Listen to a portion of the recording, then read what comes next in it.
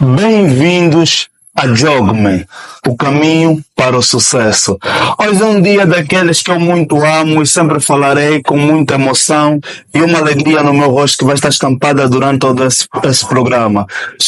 Eu tenho nada mais, nada menos que Nelson Lopes aqui do meu lado, é especialista em inteligência emocional, e eu já tive uma grande entrevista com ele no meu Instagram. Agora vou estar com ele no formato podcast e dentro da Jogman. O Nelson Lopes vai trazer-nos aqui agora e vai desvendar todos os segredos à volta da inteligência emocional. E eu, como sou especialista em mercado financeiro, eu vou trazer um pouquinho do meu mercado, que é para o mercado dele. Vamos assim somar e trazer um conteúdo de alto valor para vocês. Eu estou aqui agora e vou deixar as palavras todas fluírem. Nelson Lopes, tens aqui as câmeras, mano.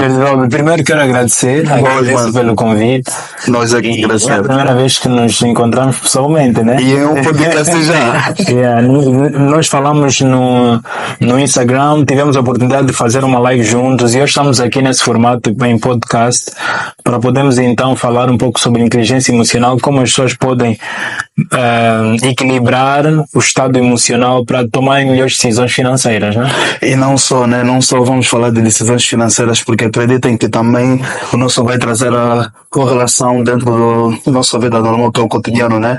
Porque vamos já introduzir aí, depois vamos passar para as financeiras, porque vocês não sei se lembram, no último podcast ou na última entrevista que nós tivemos, ficou vários insights no ar e acreditem, as pessoas que lá estiveram disseram muito e falaram muito bem daquela entrevista. Nelson, eu quero fazer algo melhor do que aquilo, começando sempre com a pergunta de milhões: o que é inteligência emocional? Eu sei que já estás farto disso, isso já é clichê para ti. O que é a inteligência emocional, Nelson Lopes? Olha, eu vou responder não de uma forma científica, mas de uma forma que as pessoas possam perceber. A inteligência emocional, vamos pegar um exemplo. Imagina, muitas pessoas sabem que fumar mata. Certo. Mas elas fumam. Certo. Pronto. O conhecimento que fumar mata é um conhecimento racional. A informação é bem passada. É informação. Mas a decisão de não fumar é um conhecimento, ou depende da tua capacidade de controlar as tuas emoções, que é a inteligência emocional. Ou seja, fumar mata é uma informação, mas a inteligência emocional é que vai te ajudar a não fumar. Então existem muitas pessoas que sabem muita coisa, querem fazer, mas não conseguem fazer porque não têm capacidade de tomar decisões assertivas para avançar. Inteligência emocional vai ser a capacidade que eu tenho de controlar as minhas emoções e lidar melhor com as emoções dos outros também, né? Quando nós falamos de inteligência emocional, não estamos a falar só de algo que é intrínseco ao indivíduo, estamos a falar de algo que eu, como indivíduo, tenho, mas também sei lidar com as emoções dos outros. Por isso é que uma das características da inteligência emocional é a empatia. Porque quando eu entendo a dor do outro, eu tenho a capacidade de controlar melhor aquilo que eu sinto. Se o Jordivaldo, por exemplo, me ofender agora, eu posso entender que provavelmente ele não passou bem o dia. Quando eu me coloco na posição do Jordivaldo, eu não o julgo. E o facto de eu entender isso e não o julgar, automaticamente tenho controle sobre as minhas emoções e percebo a situação do outro. E isso vai fazer o quê? Vai fazer que eu tenha a capacidade de poder chegar ao Jordivaldo com uma outra abordagem. Isso é ter inteligência emocional. Empatia. Eu vou perguntar pela segunda vez. Eu captei, e se vocês conseguiram notar, o Nelson traz sempre exemplos cotidianos nas nossas entrevistas. Ele não procura ser muito científico com as suas abordagens, procura sempre trazer coisas que até o mais leigo consegue perceber. Mais uma vez, Nelson Lopes, o que é a inteligência emocional? A inteligência emocional também pode ser considerada como a capacidade de eu conseguir lidar com as circunstâncias da vida. Imagina, todos nós, como nós somos seres emotivos. Como seres humanos, nós somos seres emotivos. Há uma frase do Dale Carnegie, o homem que escreveu Como Fazer a Vida Influenciar Pessoas. Diz assim: ao lidar com pessoas, você precisa entender que você não está a lidar com seres de lógica, mas com seres emocionais. Então, falar de inteligência emocional é falar de uma parte do homem, do ser humano. Nós somos corpo, alma e espírito, né? Corpo físico, alma, que é o centro das emoções, é o lado emocional que nos impulsiona a tomar decisões ou não. Então, nós temos várias coisas que influenciam. Nós temos o sistema límbico, que é o regulador das emoções. No sistema límbico, nós encontramos a amígdala, que é a responsável por ativar as emoções. E encontramos outros elementos que também ajudam-nos a, por exemplo, a memorizar. A capacidade de memorização tem muito a ver com a capacidade que eu tenho, com o equilíbrio emocional que eu tenho. Imagina, quando éramos estudantes, né, quando sentávamos ainda numa carteira, eu já não sento mais há algum tempo, mas sempre estudo, mas você já reparou que naquela altura que nós éramos estudantes, de sentar mesmo na carteira, existiam professores que nós conseguíamos reter a informação e outros não. Mas isso, por que disso? Por que existem professores que nós temos sentimos melhor com aquela professora e existem outros que não? Por quê? Porque no processo de comunicação, nós precisamos atentar tocar em vários fatores. E muitos desses professores eram muito rígidos, eram punidores. E esses professores normalmente tinham poucos resultados, né? Resultados positivos quase que não tinham. Por quê? Por causa da forma como ele abordava as coisas. Já o professor que se colocava mais no lugar do aluno era um professor pai, ele tinha mais resultados positivos. Por quê? Porque como seres humanos nós precisamos dessas coisas. Nós, apesar de termos dificuldades de aprender alguma coisa, quando o professor entra no nosso límbico, no nosso sistema límbico, nós facilmente conseguimos sentir motivação para aprender aquela cadeira. Porque nós tínhamos aquela responsabilidade de não deixar mal o professor.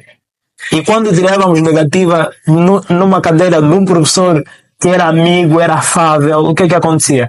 Nós sentíamos mal. Certo. Dizíamos, professor, olha, nós vamos melhorar isso, eu vou melhorar a minha nota. Justificávamos. Exatamente. Por quê? Porque o professor, ao se conectar com os estudantes, ele ativava o sistema límbico desses estudantes, facilitando assim, né, a absorção da informação. Então, isso tudo é inteligência emocional. Incrível, Nelson. Tu citaste agora uma coisa muito interessante.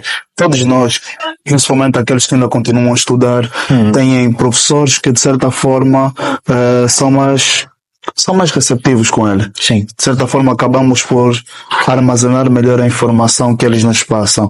E tu disseste aqui agora, primeiro definiste a inteligência emocional, não na base científica, mas dando exemplos. Eu perguntei 2 vezes ao Nelson, porque eu queria, de certa forma, explorar 2 definições. Primeiro ele deu uma definição mais, vamos dizer assim, mais direta, com mais bases e tudo mais. Depois ele criou uma definição que até alguém que não sabe nada sobre o assunto já consegue perceber.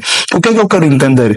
Basicamente, empatia é um dos grandes pilares da inteligência emocional. Se fosse para citarmos 3, quais seriam os outros 2? Citei agora empatia. Eu quero mais 2 pilares porque eu também quero ter esses pilares da minha vida e conseguir... Vamos lá, vamos falar dos 5 pilares fundamentais. Isso foi definido por Daniel Goleman, né? O homem da inteligência emocional. Temos primeiro o autoconhecimento emocional, que é a capacidade que eu tenho de reconhecer as minhas emoções. Depois, a segunda é o autocontrole, porque ninguém controla algo que não conhece. Primeiro você precisa conhecer as emoções, depois você precisa controlá-las. Depois vem um outro fator que é a empatia, que é a capacidade de se colocar no lugar do outro. Tem até um autor que diz assim, ele define empatia como a capacidade, Alfred Adler é o nome dele.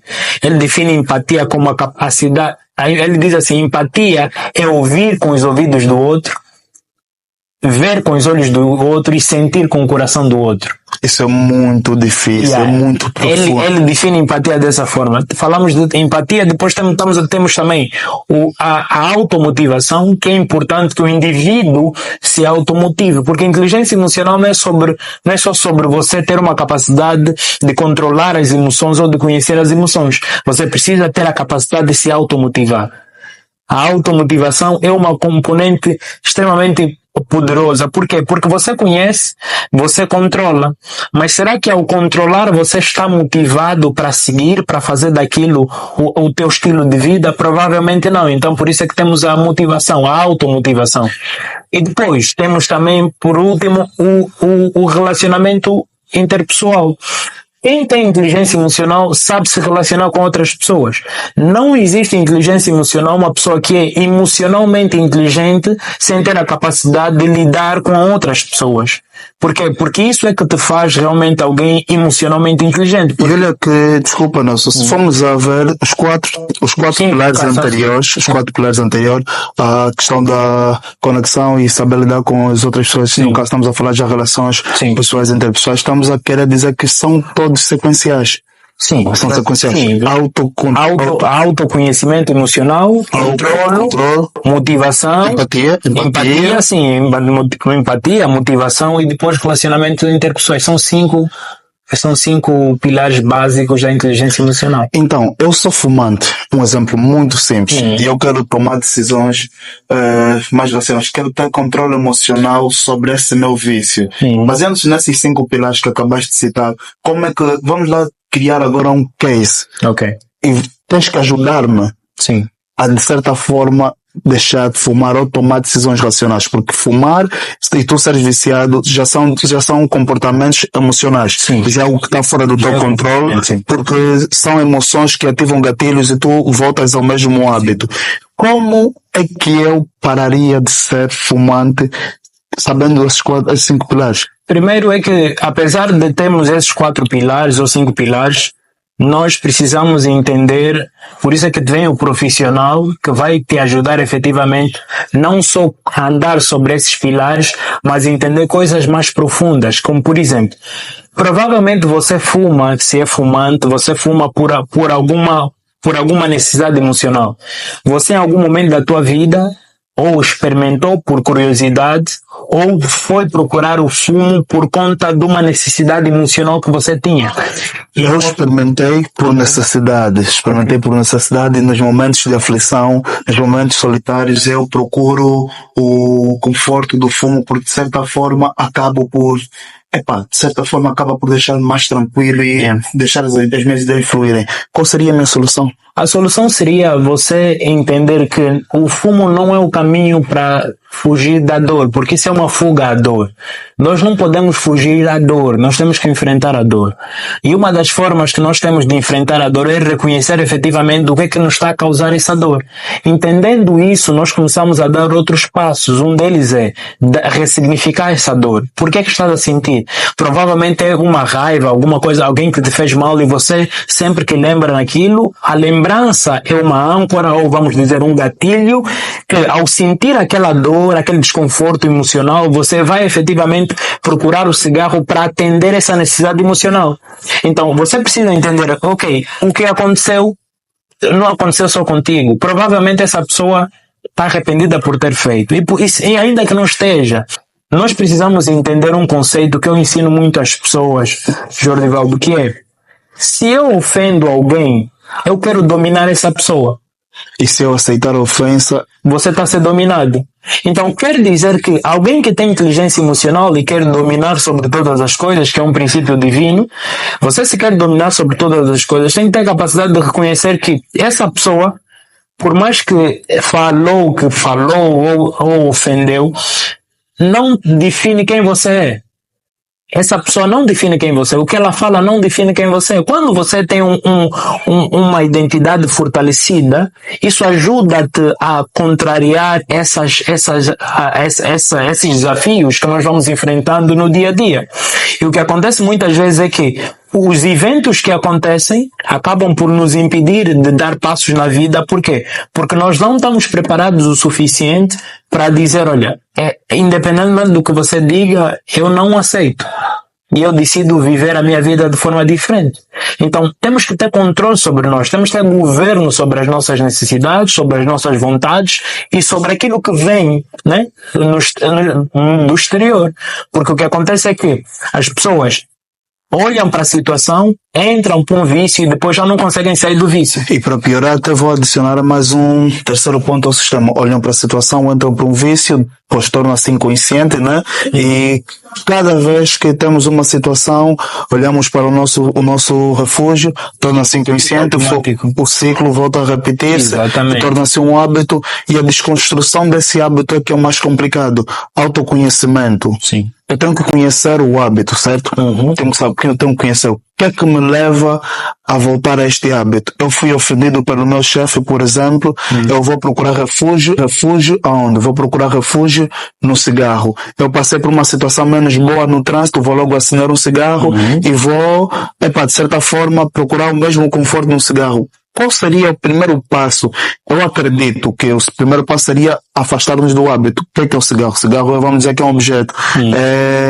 É algo palpável. Eu posso separar-me daquilo. Sim. Quanto mais distante eu fico daquilo, mais difícil fica eu voltar ao hábito quando ativar um gatilho do conforto. Exatamente. Quando ativar o gatilho, eu precisar ir para o conforto que está distante de mim e eu não consigo. Então, eu tenho um autoconhecimento já nesta situação. Já sei que eu tenho que permanecer distante do cigarro. Porque eu não tenho como permanecer distante dos problemas, das adversidades que acontecem no dia a dia. Isso não tem como, certo? Então, fico distante do cigarro. Autoconhecimento, autocontrole. Estou distante do cigarro, mas o que é que vai me impedir depois de ir a uma cantina e comprar? O que vai impedir é a motivação. Vem o terceiro ponto. A automotivação. Você precisa se automotivar, entender que independentemente do que estejas a viver e dessa necessidade, desse gatilho que é ativado constantemente, porque os gatilhos vêm, o gatilho muitas vezes não é o que você vê, é o que pode ser o que você sente. Isso é mais profundo quando você sente. O gatilho nem sempre é o que você vê, é o que você sente. Porque até o que nós vemos automaticamente se converte em sentimento ou emoção e depois isso nos leva a um comportamento. Certo. O gatilho pode ser uma música, pode ser um objeto, pode ser um pensamento, pode ser um sentimento. Então o gatilho pode ser isso. Pode ser um ambiente em que nós estamos, né? Isso tudo pode ser gatilho. Então, eu falei inicialmente da importância de você entender que você não é aquilo, ressignificar o passado. Por quê? Porque quando você ressignifica o passado, e eu tenho um método FEI, que é um método que eu desenhei para ajudar as pessoas a um evento de alto impacto emocional, que ajuda as pessoas a se libertarem disso através da ira.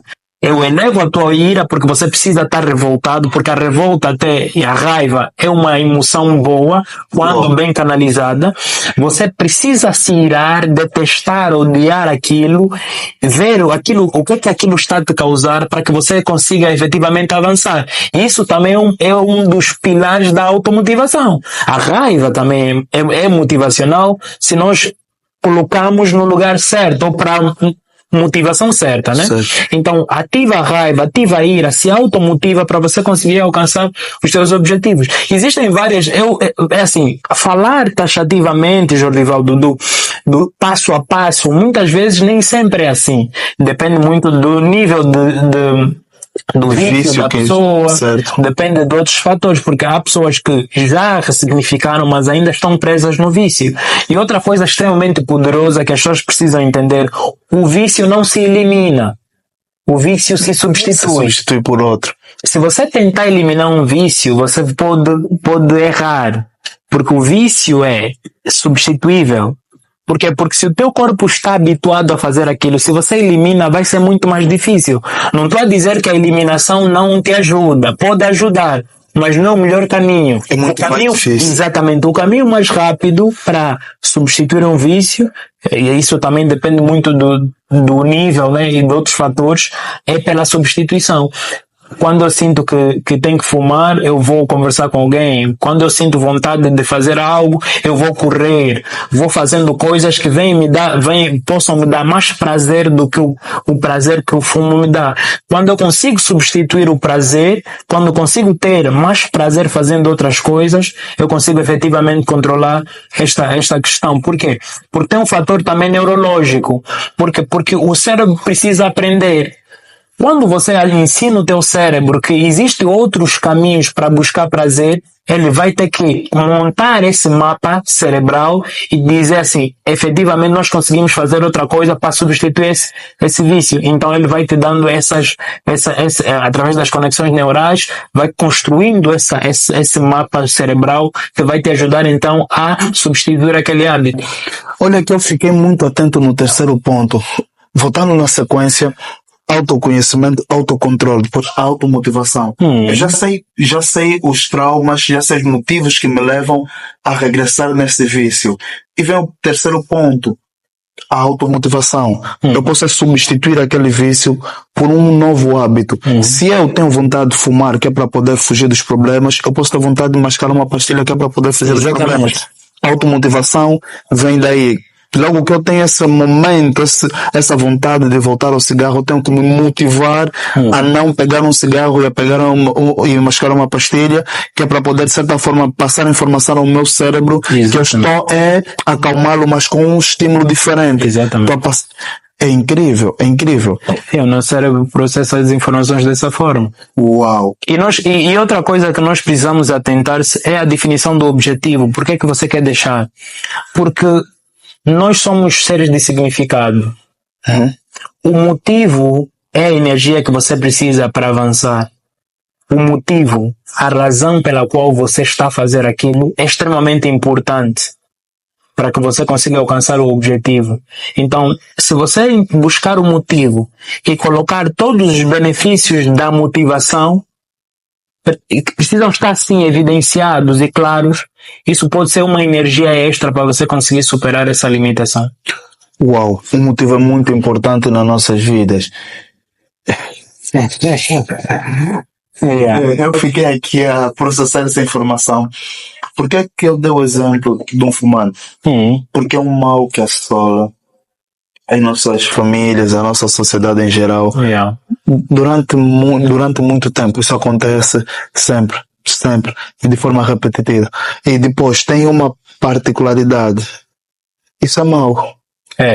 Muito mau. É nocivo à saúde. É nocivo. E eu toquei nesse ponto precisamente, que é para as pessoas. Esse conteúdo vai chegar às pessoas que fumam, os fumantes, né? E outras pessoas que têm vícios parecidos, que é para poderem entender quão mal isso faz à sua saúde. Mas voltando no nosso contexto geral, né? Se tu notares, eu fiquei assim sentido com essa informação. Então, eu quero entender como ter a inteligência emocional, como ter o conhecimento necessário que é para tomar as decisões de forma certa e não deixar que as minhas emoções interfiram nas decisões racionais, porque as emoções tendem a ser mais fortes que o racional. Eu acredito com isso, porque tive várias experiências na minha vida que vi que as emoções são mais fortes que as nossas decisões racionais. Imagina que eu tenho uma decisão racional amanhã de ter que levantar às 8 horas e ir correr. É uma decisão racional, faz-me bem e voltar a produzir. Exato. E de certa forma o meu corpo não está habituado a levantar 8 horas, que é para poder ir correr. Tem uma emoção que me passa logo na mente. Vou descansar mais um pouquinho, vou estar aqui no conforto da minha cama, é mais tranquilo. Exatamente. Como é que eu saio desse ciclo? É assim, é um desafio grande, porque chega um momento das nossas vidas que nós não fazemos as coisas porque temos vontade de fazer, nós fazemos porque elas precisam ser feitas. E é ali onde nós conseguimos, quando nós temos inteligência emocional, nós entendemos isso. Sim. Várias vezes, Jordival, eu treino todos os dias, né, segunda a sexta, e tenho que acordar cedo. Às vezes eu não vou ao ginásio porque tenho vontade. Eu vou porque eu defini que durante este mês, de segunda a sexta-feira, eu vou treinar. Nem sempre eu estou bem disposto. Às vezes quero ficar mais tempo na cama, mas depois tem essa questão da disciplina que você precisa construir, fazer, e é fazer sem vontade, porque às vezes Repete essa parte, Nelson. Disciplina, construir e às vezes é fazer sem vontade. Incrível. É fazer sem vontade. Às vezes o que as pessoas pensam é que disciplina é fazer as coisas que nós temos vontade de fazer, não é isso. De ser disciplinado é fazer as coisas independentemente de termos vontade ou não. Isso é disciplina. Por quê? Porque você definiu algo e você vai fazer aquilo com vontade ou sem vontade. E isso que acabaste de me perguntar, Jordival, depende muito daquilo que são os teus objetivos pessoais. Ninguém vai conseguir fazer isso, começar a construir algo do nada. Eu preciso ter um objetivo. Se você constantemente acorda e tem vontade de dormir, não vais conseguir. Tens que pelo menos uma semana se comprometer em uma semana a fazer aquilo acontecer. Para que o teu cérebro construa um novo mapa mental. Exatamente. Que é para levar-te que possa ajudar a fazer isso nos próximos dias. né? Então é importante que você entenda aquilo que eu falei inicialmente. Você precisa definir os motivos.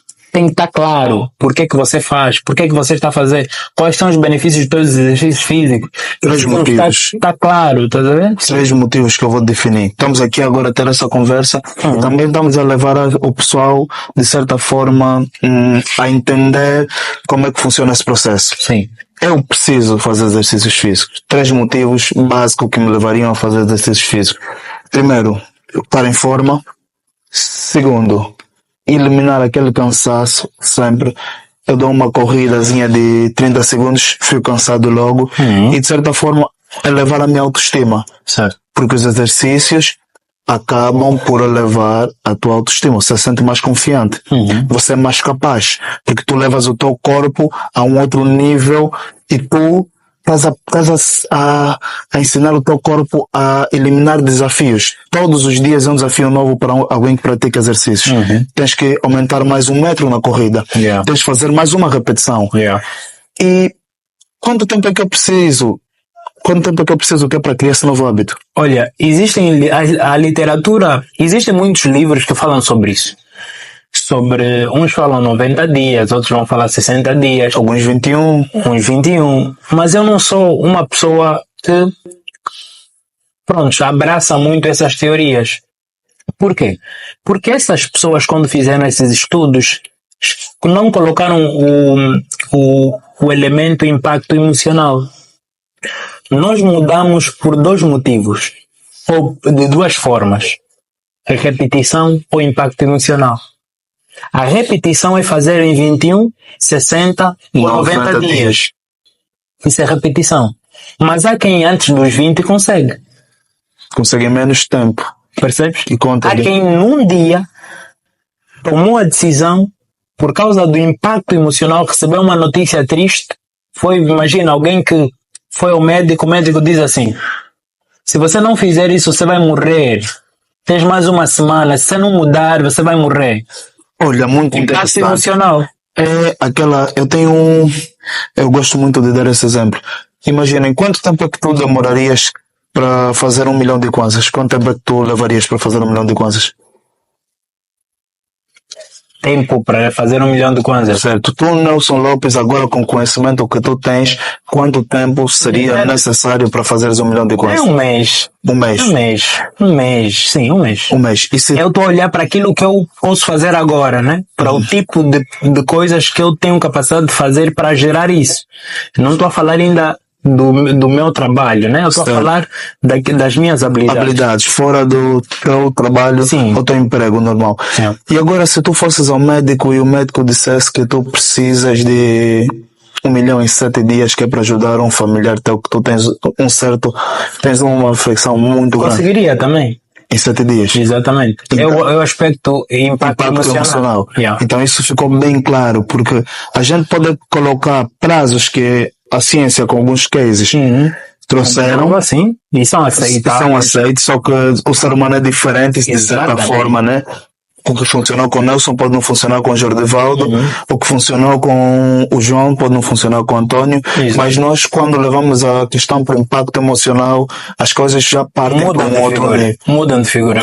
Há muitas literaturas que falam sobre essa questão do impacto emocional, e por isso é que há pessoas, mesmo no mercado de desenvolvimento pessoal, elas não acreditam que uma pessoa pode dar uma volta de 360 graus num evento.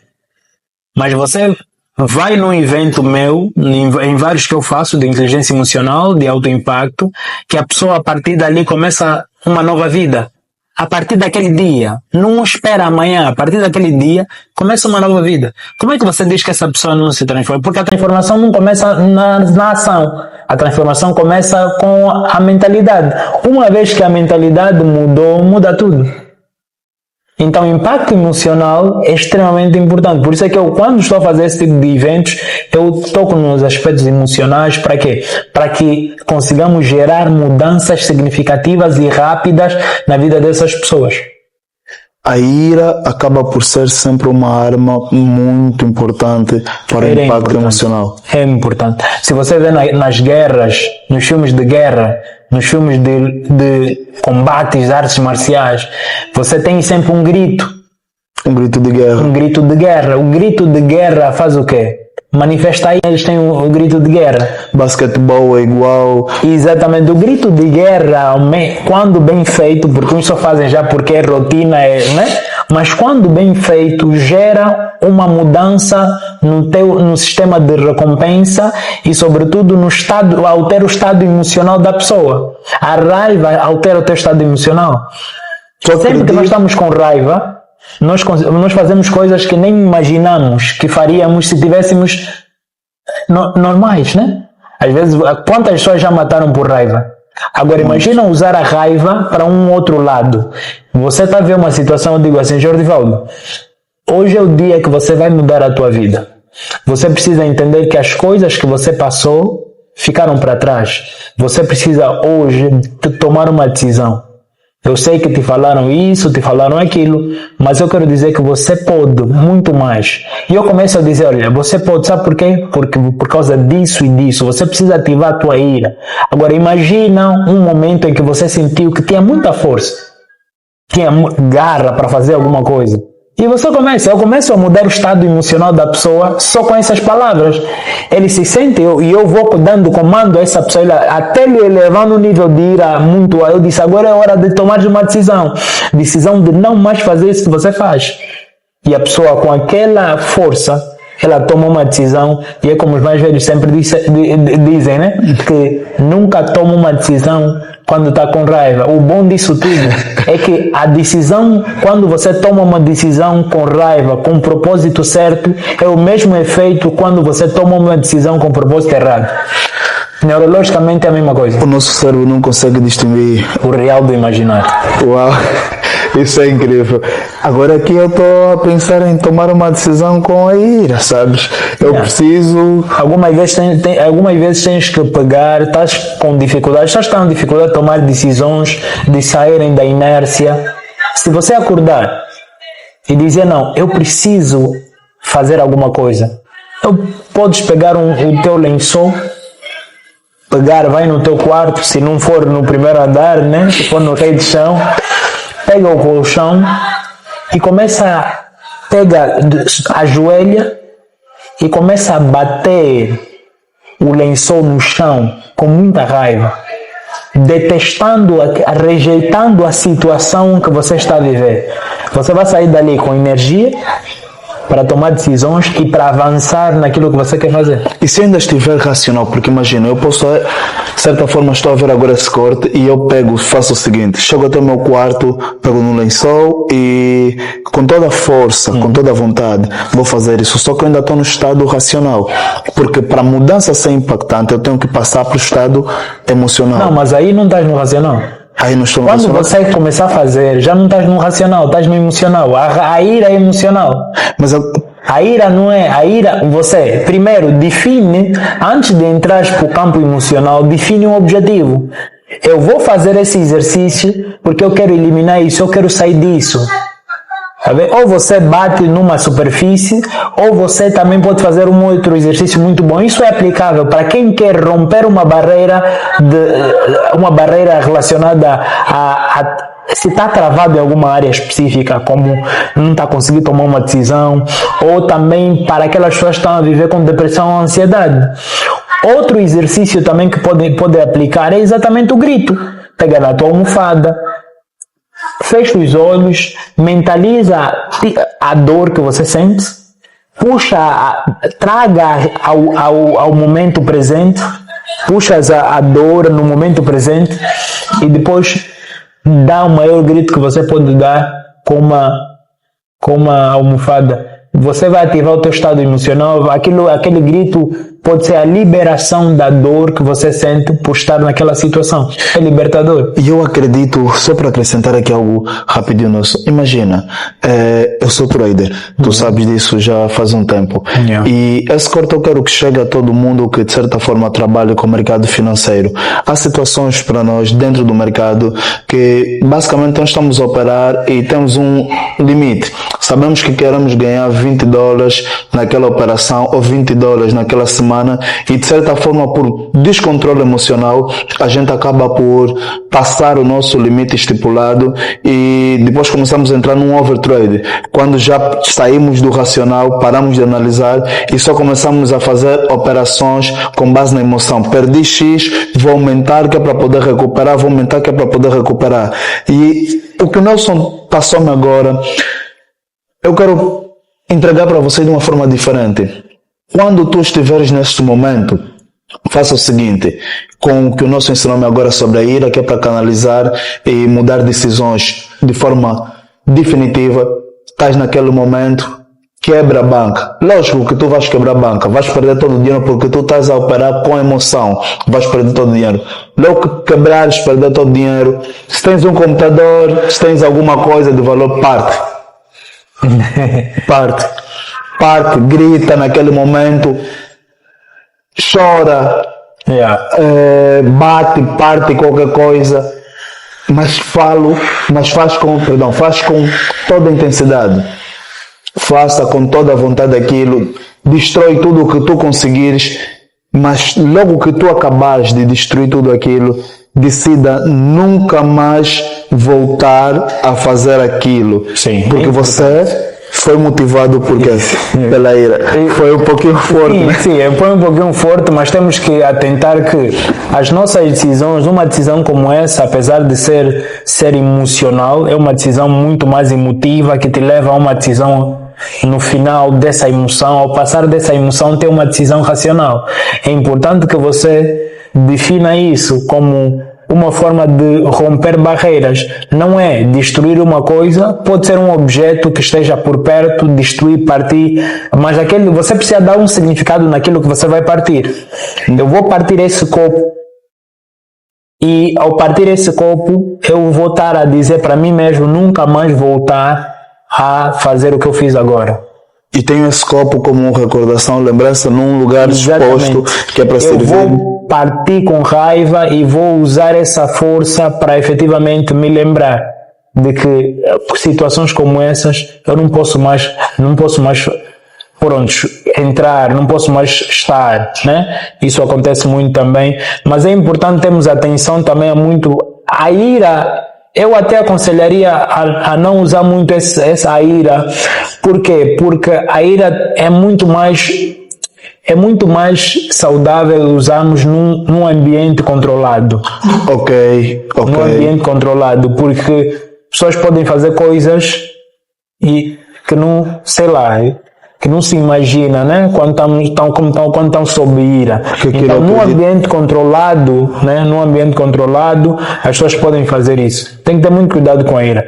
Para não quebrar tudo, pode fazer algo simbólico, escrever uma carta a dizer assim para o meu antigo eu, nunca mais vou fazer isso. E para encerrar aquele momento, você pode queimar aquela carta como símbolo de que você não quer mais ter decisões como aquelas, vai ser dali para frente vai ser mais racional na hora de tomar decisões. E às vezes o que acontece é que quando estamos diante dessas coisas, tomando decisões impulsivas, né, ou compulsivas, nós estamos sobre efeito de medo também. Certo. Nós temos medo daquilo que aconteceu, porque o medo é sempre eu vou fazer porque eu não quero sentir a dor do arrependimento. Então o que eu faço? Vou fazer mais, porque eu acredito que dessa vez, conforme foi aquela hora, ou algumas horas atrás, ou no dia ontem, hoje também será. E às vezes temos que ter a capacidade de entender que quando sentimos isso, a minha ação é isso. As pessoas precisam entender como é que funciona. Se eu sentir isso, a minha ação, e se eu perder mais de 2 vezes, automaticamente tenho que fazer isso. E tenho que treinar isso todos os dias, até se tornar um hábito para não cometer erros. Olha, eu digo isso do lado de todos os traders, todo mundo que lida dentro do mercado financeiro com dinheiro. É muito mais fácil para pessoas que já têm experiência entender isso. Sim. O método que eu, depois de um tempo, desenvolvi foi: eu sei que se eu estipulei 2 entradas no momento, se eu estipulei fazer 3 e ganhar 30, se eu passar dos 30 eu vou perder todo o dinheiro. Eu coloquei isso num quadro.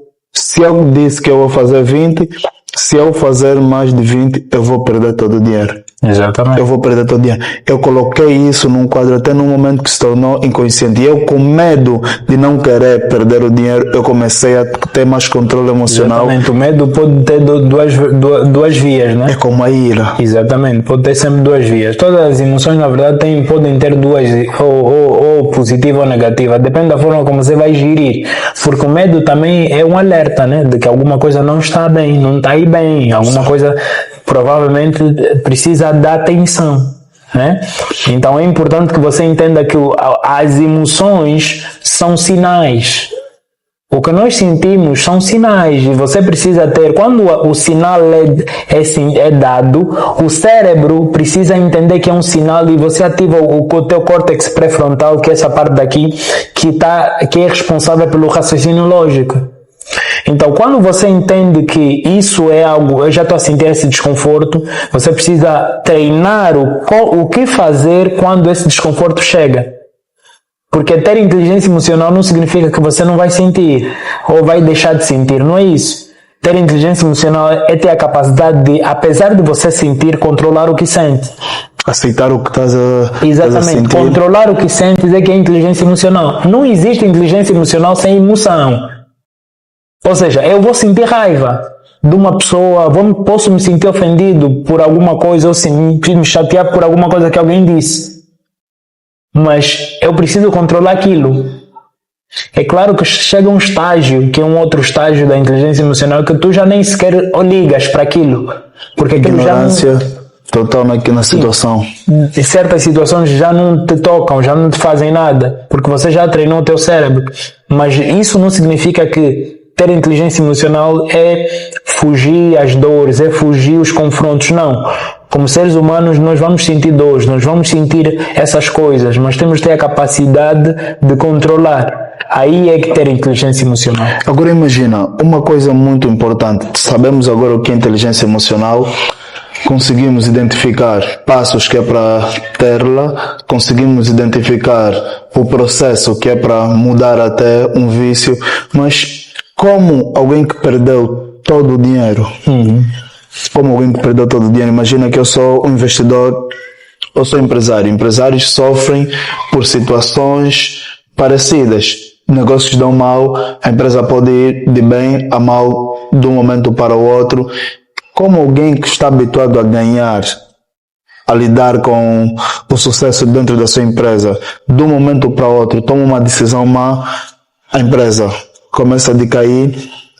Como alguém supera esse trauma? Como alguém aproveita o conhecimento e aproveita a inteligência emocional que é para superar isso? É assim, primeiro é que se tu cais e estás lá no fundo do poço, significa que você já não tem inteligência emocional. Por quê? Porque você está lá, não está conseguindo sair. Você vai precisar desenvolver para conseguir sair. Percebes? Por isso é que eu aconselho as pessoas a trabalhar na prevenção. O que é prevenção? Ouvir um podcast como esse. Uau! O que é prevenção? Ouça um podcast. Ler. Por quê? Porque quando nós caímos numa situação desconfortável, o que é que o cérebro vai fazer, Jordivaldo? Ele vai buscar no nosso cérebro informações lá atrás de suporte, de suportar, de vencer adversidades. Se lá atrás você não tem nenhum registro, você sempre teve vitórias e até a título de exemplo tem a história de Michael Phelps, um nadador norte-americano, certo, que só ganhava.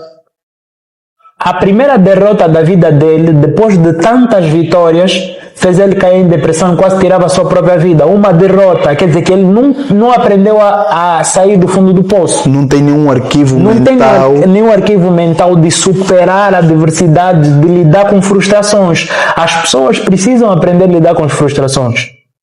Só que se você não está exposto a essas coisas, foge muitas vezes das frustrações, você não está a aprender. O que as pessoas fazem é fugir. Não superou, fugiu. Fugir não é superar.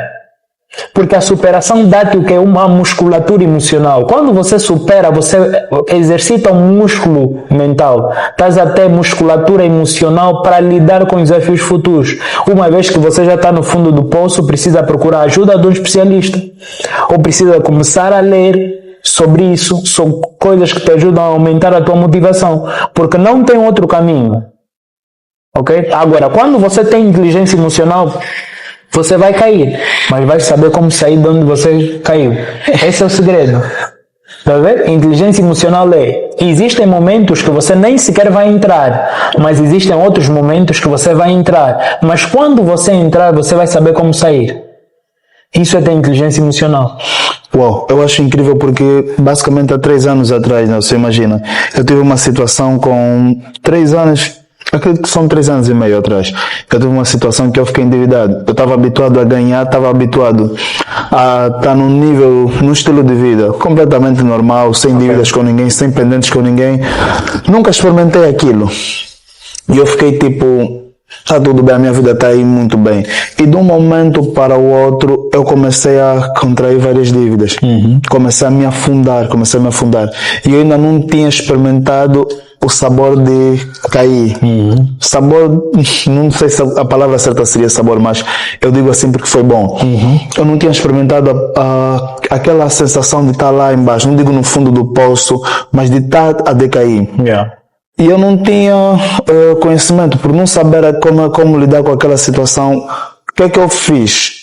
Eu tenho um suporte, o meu suporte emocional normalmente são podcasts, livros, porque se eu estou no ramo empresarial, se eu estou no ramo do mercado financeiro, eu tenho que procurar conforto àquelas pessoas que já estiveram com situações parecidas. O que é que eu fui fazer? Algo muito incrível. Eu estava endividado. Eu não tinha como pagar no momento, porque contraí uma dívida maior do que eu poderia aguentar. Eu tomei uma decisão muito, muito estranha. Eu paguei um curso e comprei o livro Os Segredos da Mente Milionária.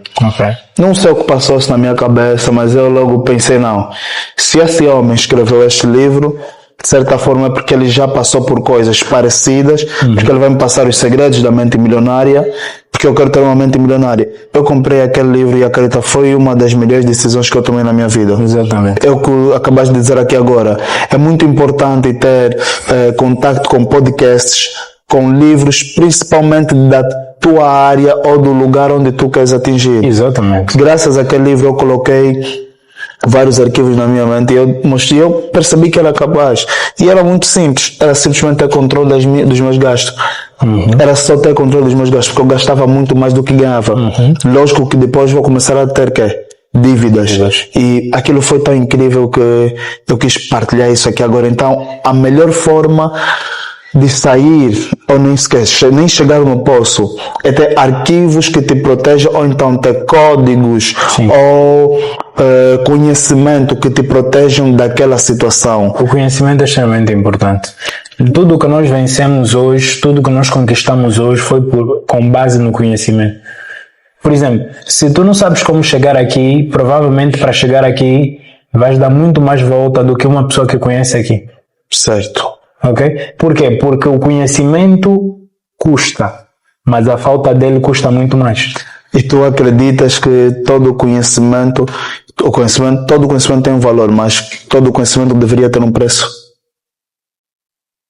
Não acredito que tenha conhecimento, apesar de nós precificarmos coisas relacionadas ao conhecimento, eu acredito que não se consegue pagar o conhecimento.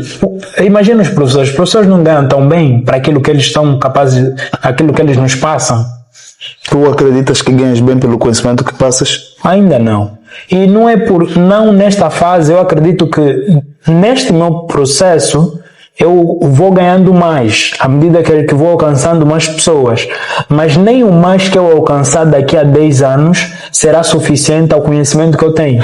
E nem o mais que tu alcançarás daqui a 10 anos será suficiente para a pessoa que te tornarás daqui a 10 anos. Exatamente. O ser humano é simplesmente insaciável. Exatamente. E principalmente pela busca financeira. Eu acho que pela busca de conhecimento nem tanto, porque chega um momento que a gente acaba por acomodar e estou tranquilo aqui e está tudo bem. Como é que tu lidas com as pessoas que estão atrás da liberdade financeira? Acredito que já apareceram-te vários casos desses. Sim. Como é que tu aconselharias alguém que está atrás da liberdade financeira, que já tem um nível estável? Imagina que tem um patrimônio de 5 milhões e tem a sua vida totalmente tranquila. Qual seria o conselho básico que tu darias para essa pessoa que, se continuasse a aumentar o seu patrimônio, parasse e aproveitasse para viver? O que é a vida? O que é a vida para ti? A vida é, quando falamos sobre a vida, eu olho para a vida como a capacidade de nós ajudarmos outras pessoas a serem o que elas realmente precisam ser. A vida é sobre isso. A vida é sobre preencher não só as nossas, aquilo que é o nosso vazio como seres humanos, mas ajudar outras pessoas. Eu acredito que uma pessoa que se chama de ser humano precisa não só viver para si mesmo, mas para os outros também. Então, se você tem esse patrimônio e você entende que você tem uma missão, você precisa multiplicar. A questão da multiplicação tem a ver com propósito. Ninguém sem um propósito claro vai multiplicar patrimônio. Por que você quer ser rico? Por que você quer? Porque as pessoas que não fazem nada, por que elas não fazem nada? Porque elas não têm um propósito. Porque para elas ter uma casa, ter um emprego, está tudo bem. Vai construindo, comprando umas casas para depois arrendar, quando for para a reforma, ter uma... Para ela está tudo bem. Mas quando você entende que a vida é muito mais sobre isso, você precisa fazer mais. Quando você entende que você tem capacidade de fazer mais, você vai procurar esse mais. A questão é que as pessoas, por estarem na zona de conforto, não entenderem conceitos como propósito, elas fogem, né? Porque é doloroso entrar num processo para viver o propósito. É doloroso, é desconfortável. Você precisa romper as barreiras emocionais, barreiras mentais. Para quê? Para viver uma vida que se calhar ninguém lá atrás da tua família viveu. E que acaba por ser um bloqueio pela tua família também. Exatamente. Ou seja, já é uma luta porque ninguém viveu.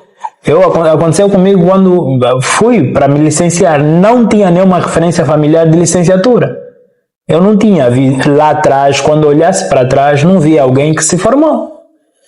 Então fica mais difícil, mas você precisa definir o teu caminho. Tem uma frase de alguém, não sei de quem é, disse assim: se alguém já fez, significa que eu posso fazer. E se ninguém fez, significa que eu posso ser o primeiro a fazer. Exatamente. É sobre isso. Se alguém já fez, significa que eu posso fazer. E se ninguém fez, significa que eu posso ser o primeiro. Então, eu não conhecia essa frase, mas é esse princípio que eu levei para a minha vida. Se ninguém fez, eu vou fazer. Tornou-se o teu propósito. Exatamente. O que é o Deixa eu fazer a pergunta bem. Nelson Lopes, o que é o propósito para ti? Propósito para mim eu vou pegar aqui o exemplo que eu falo sempre, porque existem muitos conceitos. Quando falamos de Ikigai, ele vai falar que é a razão pela qual você acorda todas as manhãs. Mas eu tenho um conceito diferente.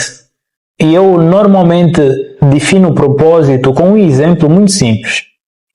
Qual seria o propósito de uma macieira? Dar maçãs.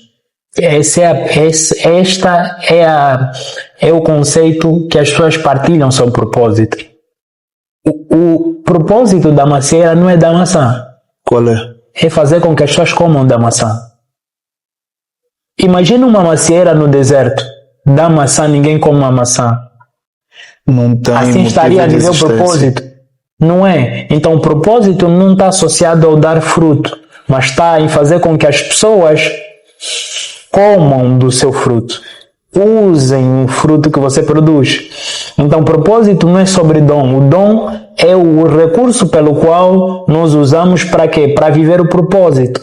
Então o propósito de vida é a capacidade que a pessoa desenvolve ou tem de poder ser algo a mais na vida de outra pessoa. É a capacidade de servir outras pessoas. Quando você entende isso, você entendeu a vida.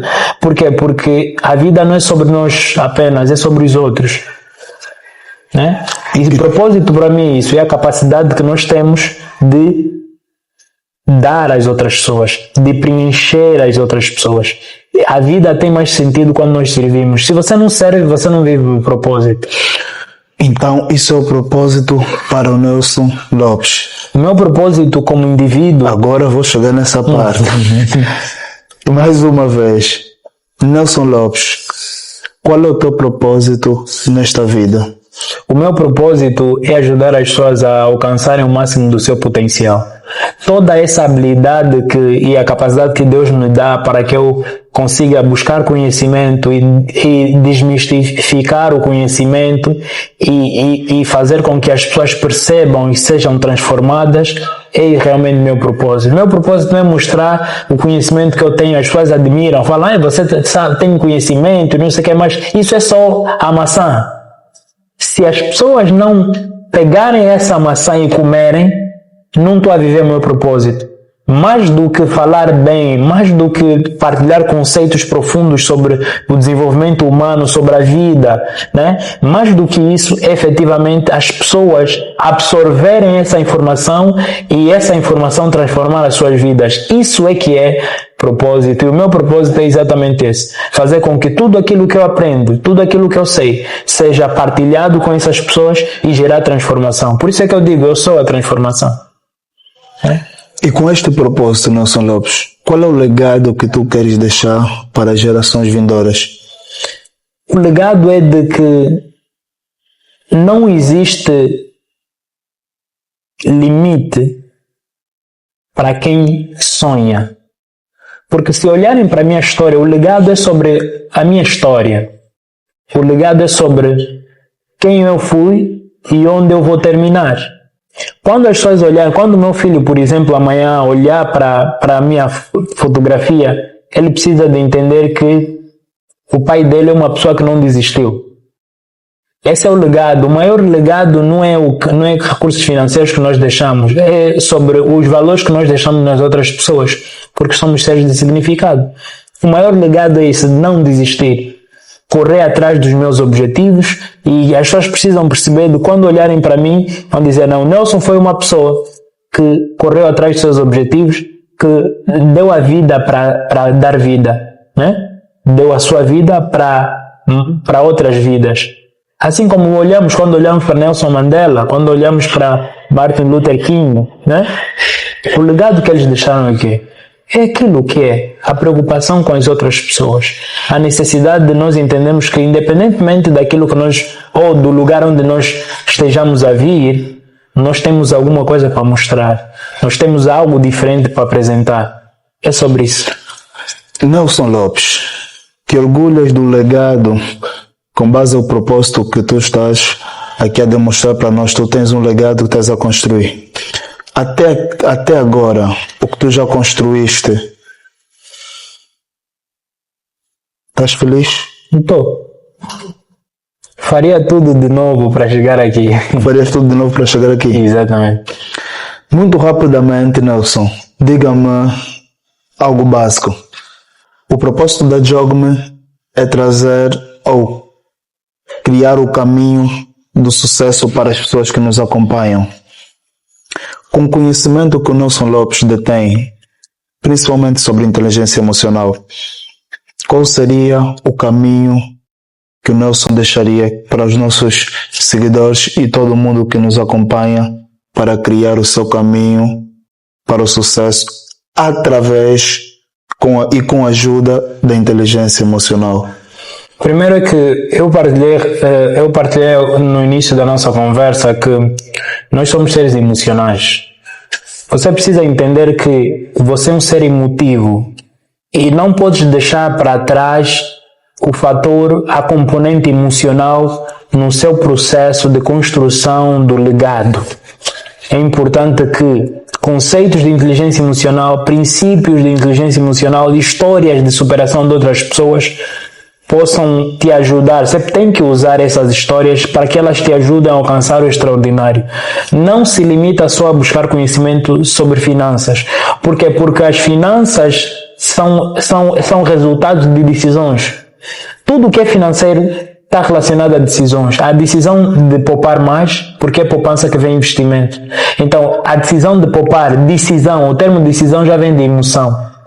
Então, para aí é por isso que nós precisamos atentar ao desenvolvimento pessoal, o autoconhecimento, para que nós dominemos até a nossa vida financeira, porque é sobre isso, porque a qualidade das nossas emoções determina a qualidade das nossas decisões. A qualidade das nossas decisões A qualidade das nossas emoções. A determinam qualidade das nossas... emoções. A qualidade das nossas emoções Determinam a qualidade das nossas decisões. Eu sei que está certo. Então, Nelson Lopes, neste momento, aproximadamente 1 milhão de pessoas a nos assistirem. Tu deste um caminho para o sucesso. E é para isso que a Jogme está aqui e traz profissionais como o Nelson Lopes, que é para nos passarem o seu conhecimento, as suas experiências e nos ensinarem a chegar aonde ele chegou ou onde a gente quer chegar. Temos 1 milhão de pessoas a nos assistir. O mundo acaba amanhã. E tu já sabes o que eu quero.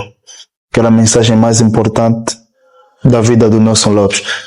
Partindo do pressuposto que o mundo acaba amanhã, que tu tens aproximadamente mais 1 hora que é para viver, o que tu farias e o que tu passarias para essas 1 milhão de pessoas. Todos nós dependemos de ti agora.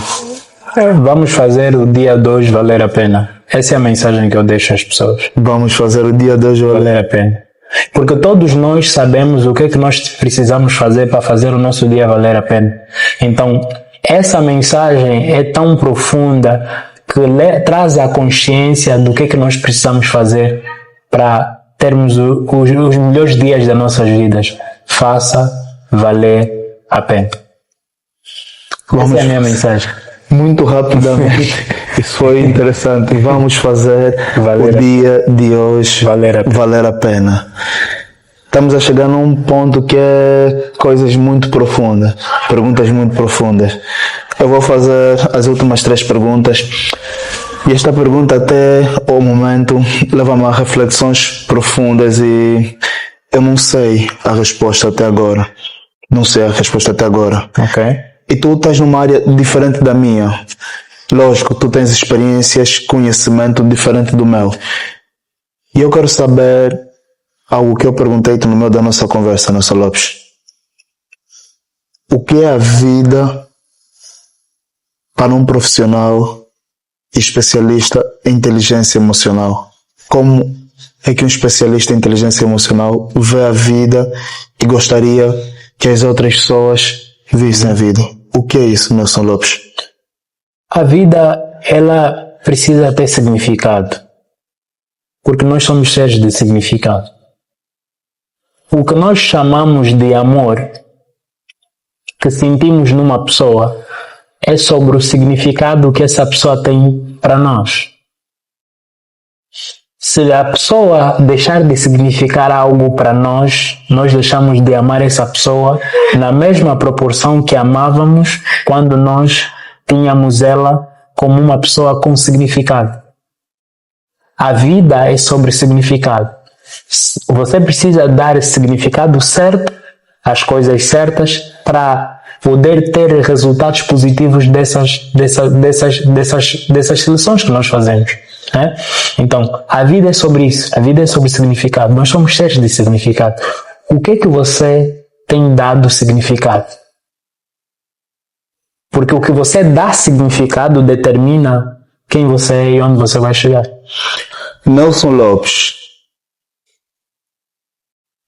o que é a vida para um profissional especialista em inteligência emocional?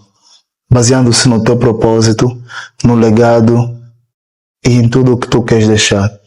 O que é a vida para um especialista e profissional em inteligência emocional? A vida é um sopro. Hoje estamos aqui, amanhã podemos não estar. A vida é um sopro. Por isso é que muitos de nós pensam que a vida são o número de anos que nós temos. Ou o número de anos que um certo homem de 100 e tal anos alcançou. Não, a vida não é isso, a vida é só uma. E por ser uma, nós precisamos fazer valer a pena. Por quê? Porque é uma só. Então, sabendo que a vida é única e precisa ser vivida com entusiasmo, nós precisamos colocar isso na nossa cabeça. A vida é um sopro. Não sabemos o dia da manhã. Por isso precisamos fazer todos os dias alguma coisa de valor para que quando o amanhã chegar, você esteja exatamente com aquele sentimento de missão cumprida. Que o Paulo diz assim: combati um bom combate, acabei a carreira e guardei a fé. E é desta forma que nós terminamos com um brilho nos olhos do Nelson Lopes. Foi um grande podcast, incrível, porque de certa forma levou-me a pensar muito sobre assuntos filosóficos. Estávamos aqui a ter um papo muito profundo e estas perguntas que eu fiz ao Nelson Lopes são perguntas que eu faço para mim e que muitos de vocês fazem para vocês. Então, eu quero agradecer mais uma vez ao Nelson Lopes por esse grande podcast. É extremamente incrível e prazeroso ter convidados como estes e todos que já passaram aqui. Vocês estão a criar o caminho para o sucesso para essa geração que está nos acompanhando. Esse é o propósito da Jogme.